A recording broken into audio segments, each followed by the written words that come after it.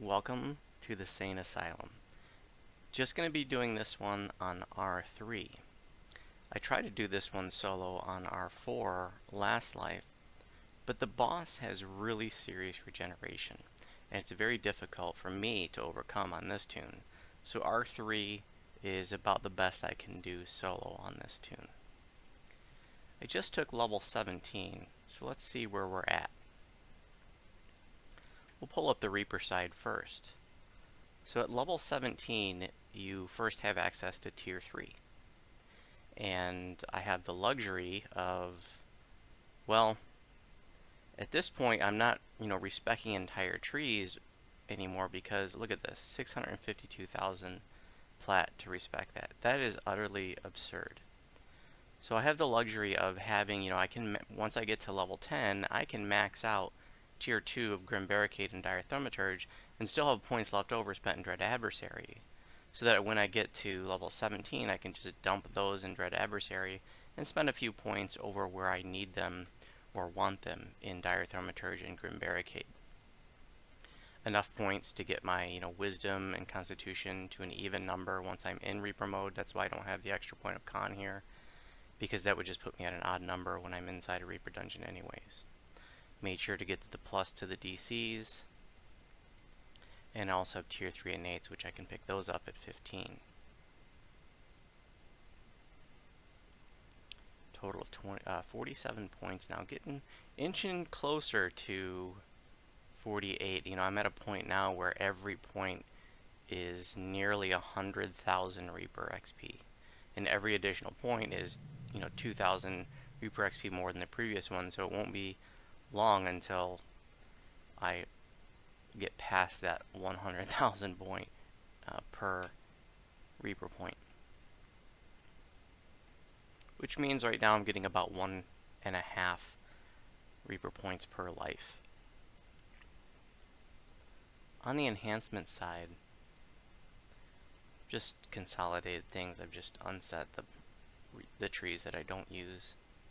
So in the Season's Herald, this is typically where I would be at this point, except because I don't have any kind of spell power boost in my racial tree, I have picked it up here in the Season's Herald tree. And I just started to spend points in the Harbor tree. I only have 1 point there, but I'll have the points to pick up some extra hit points, some extra spell points, and the skill points. At this point I'm starting with 6 action points. I think it's 6 in the racial tree, so that's really nice for the overflow ends up being spent in the Harbor tree. So I talked before about how I don't use the Ascendant Bond. It's a beautiful enhancement, a beautiful form to be in, but it conflicts with Elemental form, and I prefer to be in Elemental form as a castery druid. I am really excited that at level 16 I was able to pick up the Stronger Bonds, which is plus 3 uses of Healing Hands per rest, total of 7 uses, but they regenerate once every 3 minutes, which is totally awesome. This has been just a great emergency heal that I have loved this life. That, one hit of that and I'm able to fully heal really anybody. I can't think of a time when I hit that on somebody and didn't fully heal them. And then I have, of course, the big heal lamp all the way up, and then the 100 spell points, which gives an additional plus 3 to spell penetration. At this point, the spell pen is helping me because starting at level 15, 16, 17, I am starting to use Finger of Death. Actually, at 16 is when I start using it. So it's really, that and Word of Balance are the only spells that I have that have spell penetration checks to them. On the gear side, nothing has changed. I'm using the same gear for a while. I've got at level 17, I've got the elite version of the Wall of Wood. I talked in a previous series how, now with Reaper mode, like, the stuff is more serious. So, I want every bonus that I can, and so I knew I was going to be doing a bunch of heroic lives, so picking up that elite version of Wall of Wood is nice, and that's an easy farm. You can easily take your epic level tune into overgrowth and smash that optional. And you can literally, I mean, if you had like a epic warlock, for example, I mean, you can go in there and literally farm the chest in about 2 minutes. And this isn't, that rare of a drop. The hard part is, is getting the 3 optional rooms where you have to kill everything really quickly. But like I said, if you have an epic level tune in the heroic elite dungeon, you can smash that. So the DR10 is pretty cool. DR10 / slashing, devotion 84, big heal lamp on there. It's a nice shield.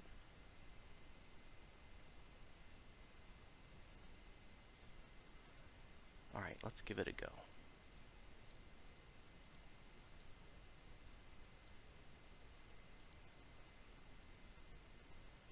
Once again, it's the wee hours of the morning.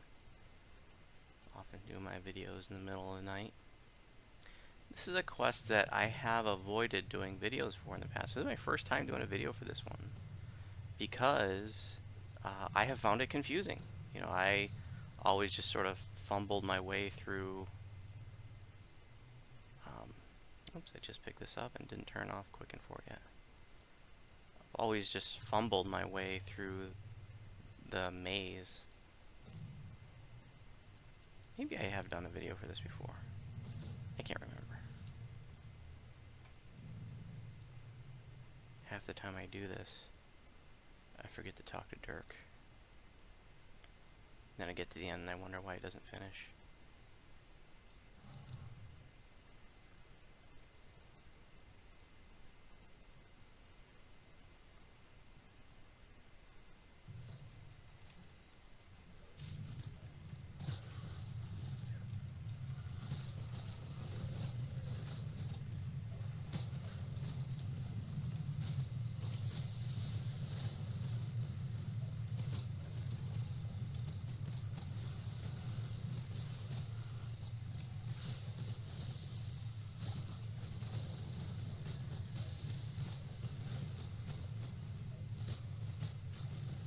Not the quickest chew down in these AoEs.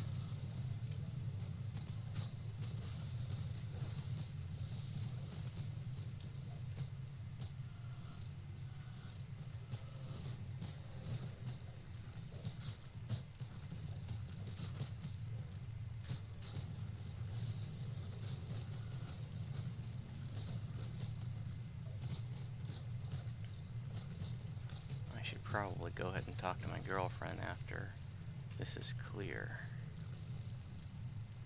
I always like what she has to say to me. I will do so very well.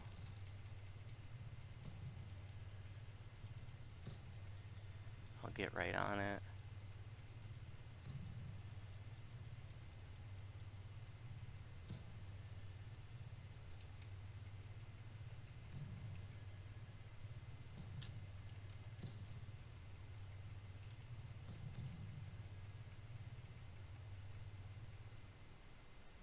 Hell yeah.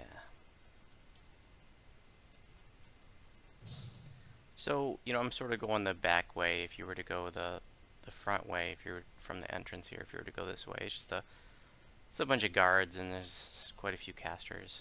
Most people go this way. There is a trap though, which can be kind of scary. So let's go ahead and put on some fire absorption. Now with these guys, if we're lucky, we can one-shot them.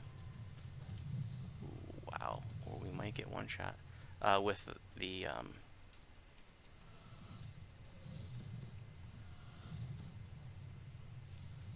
sunburst. If you can blind the evil eye, it insta-kills them.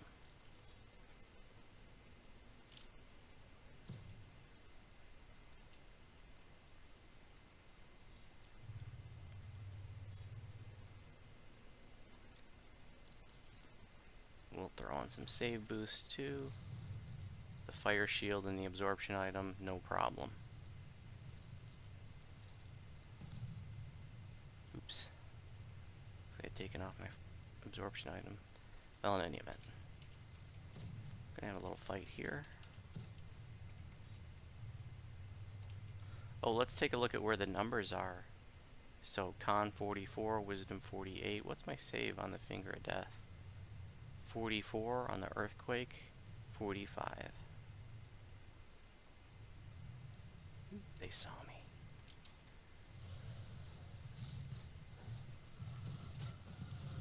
Ooh, and there's a reaper. It looks like a famine reaper too.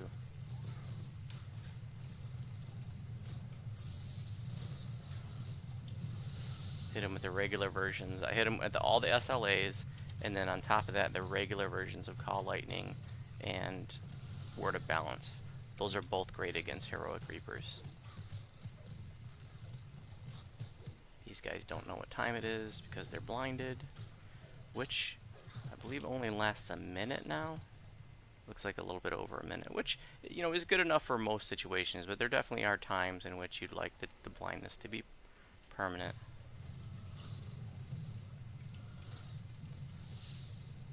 But for general questing, I'll certainly take a minute plus worth of blinding.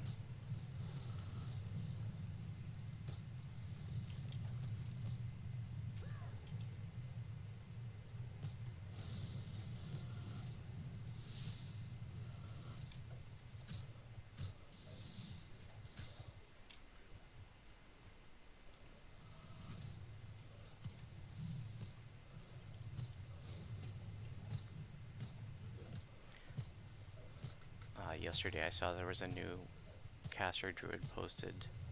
Can't remember the name of it, but I was reading through it and just seeing what he had to say. And it's a sort of more traditional caster. You know, this build that I use is like a tanky caster, high defenses, and ability to tank most raid bosses. But in one of the paragraphs, he was talking about how mana conservation is such a, basically, you know, you really got to learn mana conservation on a caster druid, and he's absolutely right. And the ways, some important ways to do that is really stick to your SLAs and your AoEs. You know, when you're single targeting mobs, stick to the SLAs, the Call Lightning, Creeping Cold, Produce Flame, Word of Balance. And you could do a lot of damage on a single target when you dump the whole round of SLAs on them. And then when you're dealing with groups, you want to stick to, you know, your Earthquake, your Ice Storm, your Sleet Storm, your Storm of Vengeance. And that's going to really help to chew down mobs. And in Reaper mode, you know, before, I mean, I could do Epic Elite quests and, you know, solo it, and one round of those SLAs would chew them down to nothing. But in Reaper mode, that's not going to happen anymore. But it's sort of going back to the olden days where, you know, when you have your Earthquake and all that stuff up, it's helping to chew them down while the rest of your party, you know, the melees and stuff, are beating everything down. So, you know, it's more of a support role in that sense. Which I think druids are great, caster druids are great support characters. Hell yeah, fingered him. Can we finger the night shift orderly too? Yes, we can. It's about time to talk to the girlfriend again too. I will say that I did pick up some of these candies from Night Revels, which just ended. I've spent, you know, the better part of the last 2 weeks in Revels doing very little leveling on this tune. But I have avoided these in the past because they say they're gonna you know, disappear at the end of 2017, you know, at the end of the year. But the last 2 years, they were good all year. So you know, I didn't want to get in the habit of using something if it was just gonna disappear in a couple months anyways. But since they seem to be lasting the entire year, hell yeah, give it to me. And then here, so that's the Shadowy Apple. And that gives +5 festive bonus to melee and range power, +10 festive bonus to universal spell power for 1 hour. And then that's on a separate cooldown than the Dark Swirl Caramel Bite. Dark Swirl Caramel Bite. It's hard to say fast. Which gives +5 festive bonus to PRR and MRR for 1 hour. So you can have them both going, as you can see I do. There's the Dark Swirl Caramel and the Shadowy Apple. Okay, let's pull out the girlfriend again.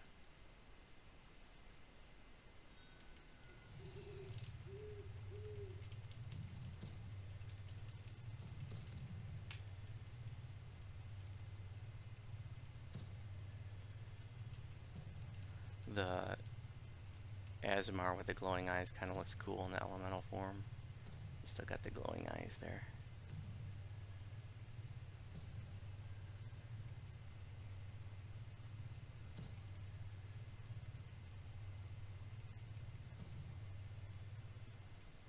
Okay, we'll get rid of her. So we just went to the, the northwest corner first and turn around. And we're going to go through this room here. I was actually running this a bunch of lives with Syax and Nimvind. Helped me learn this. Oh crap. Carney! That was not a pleasant surprise at all.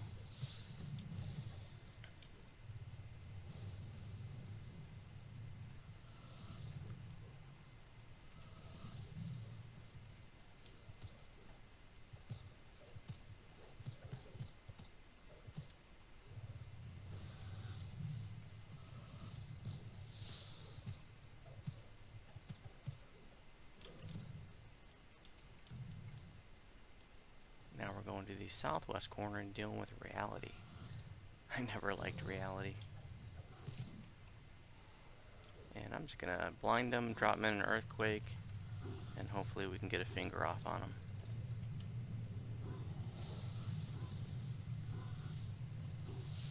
If not, the SLAs are cheap. There we go.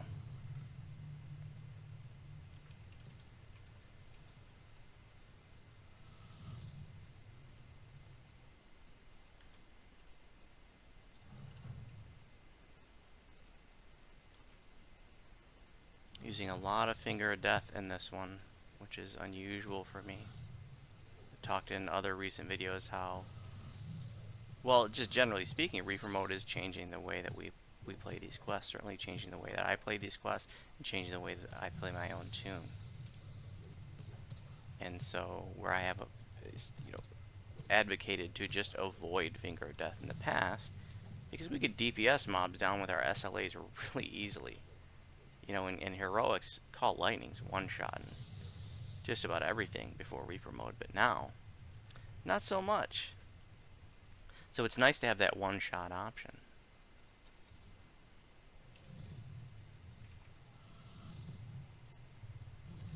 Ooh, that eye is a champ. Those champion eyes are scary.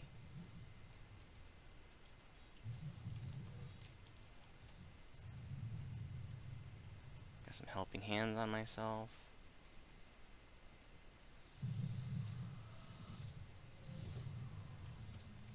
Light Bearer, I think those have Death Ward. We'll hit him with the Creeping Cold and the Greater Creeping Cold. And that should take care of him, even through his heal up. Yep, just R3. And here is Daydream.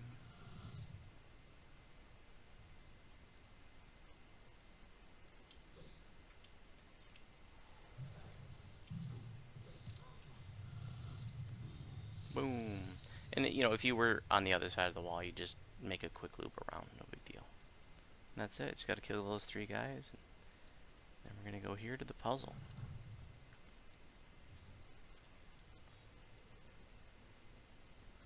Probably have some dudes sneaking up on us, so I'm going to wait till after the puzzle's done to use that shrine. The puzzle isn't something that I have memorized. So there's a nice solution on the wiki, which is a little weird to read at first. I knew there'd be some dudes sneaking up on us. See that? Sunburst insta-kills the eyes. Love it. But yeah, for whatever reason, I can't really explain why, I had the images to the solution of these puzzles. I found them very difficult to follow at first, but I think I got it now.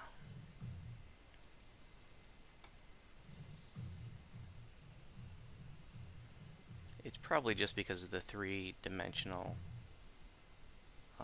aspect of this puzzle.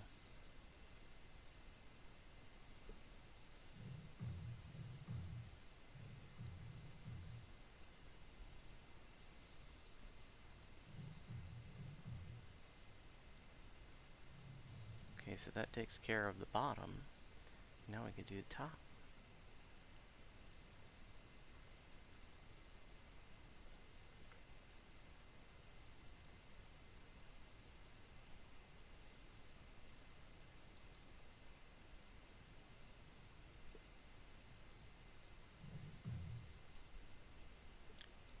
And, you know, like I said, I'm just following the solution in the wiki entry for this quest, which I'll put a link to in the video if I can remember. DDO Wiki is the single best resource for DDO information. I love it. Mad props to the folks that keep that up.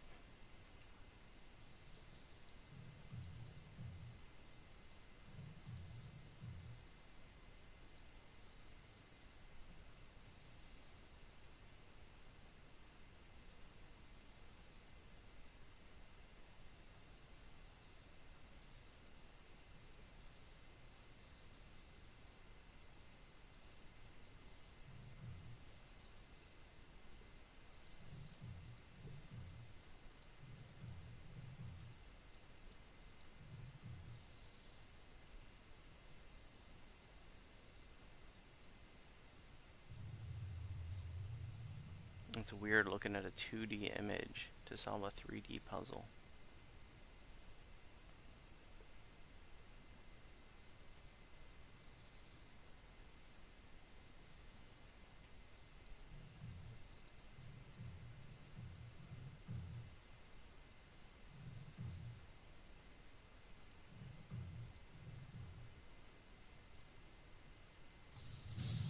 Hey, we got it.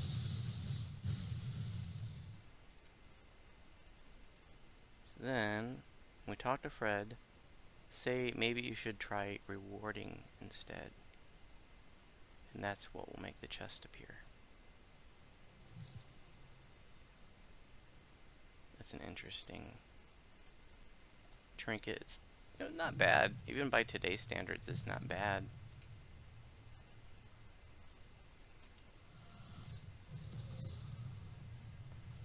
There's a couple mobs down here that I'm going to go ahead and take out, and then go back and use the shrine.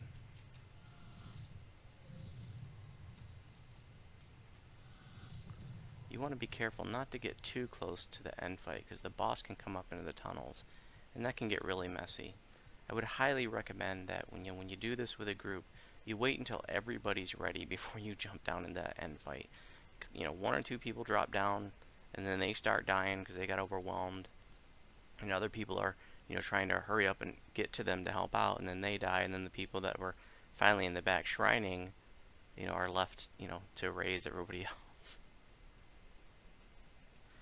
Seen that happen in Reaper mode. So really with the boss, you want to make sure that you have adequate DPS to overcome his, I don't know if it's regeneration or just self-healing, but it's serious. Let's get all the buffs. Let's get the girlfriend out. Top off.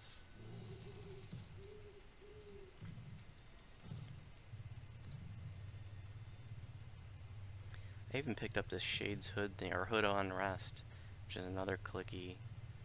Gain 50% festive bonus to dodge for 20 seconds that ignores your dodge cap. So that's a really nice oh shit button right there.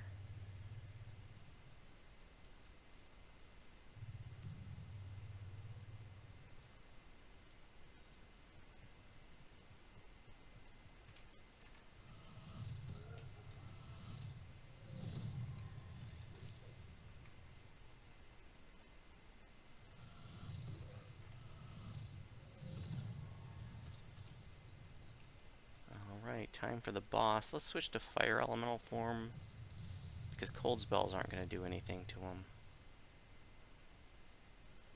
Alright, let's do it.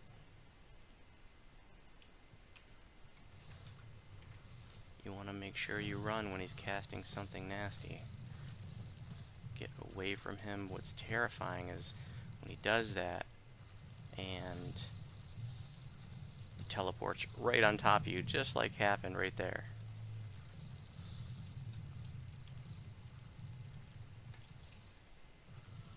So I'm using Word of Balance, I'm using light spells, Sunburst, Sunbeam.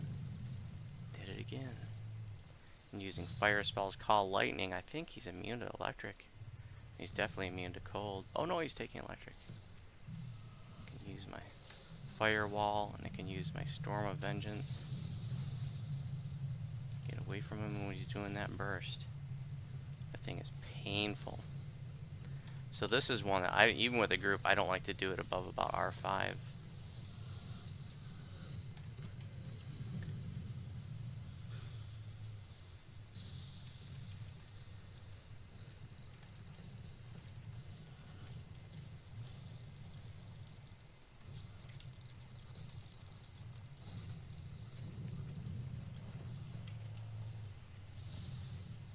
I'm gonna have to end up drinking some pots on this one.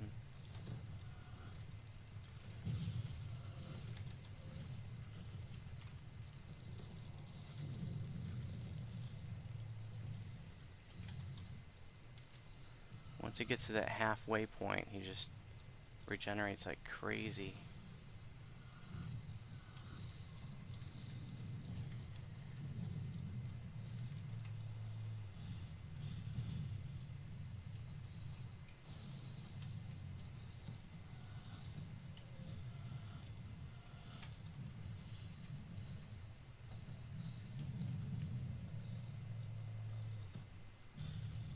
Yep, gonna have to drink a pot. Almost got away without it. Probably could if I was a little bit smarter, but let's not take any chances.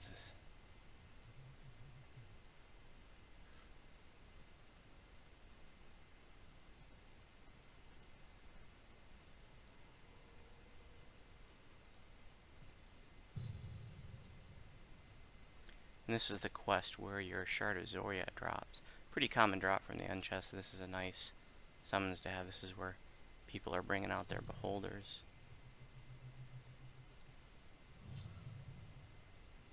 Now, it's a random summon, so you get like you can get a Taken, you can get a Mind Flare, you can get a beholder. Render. See if I can get a beholder. Hey, there's one. It's nice having your own personal beholder. But it comes from this chest. Pretty common drop. There's one now. It is exclusive. But it's bound to account. If you have one on the tune you're looting already, and you'd want it on an alt, you can just drag it out of your inventory. Like so. And then loot the one in the chest. And then now, from here you'd take the one you just looted and you go stick it in the bank, and then you go to the buyback and get the one you deleted. So that's a little workaround to be able to loot an exclusive item that you would want. Let's say you had a Ring of Spell Storing and you're standing there at the Ring of Spell Storing chest and you pulled another one, you can do that little trick so that you can go ahead and loot it and just buy the other one back. Don't forget to take the one you just looted from your inventory and put it in your bank, though, because you can't buy back something if it's exclusive if you already have one in your inventory. Alright, well, it's fun to do another solo video. Thanks for watching. If you have any questions about my videos, you can respond on YouTube.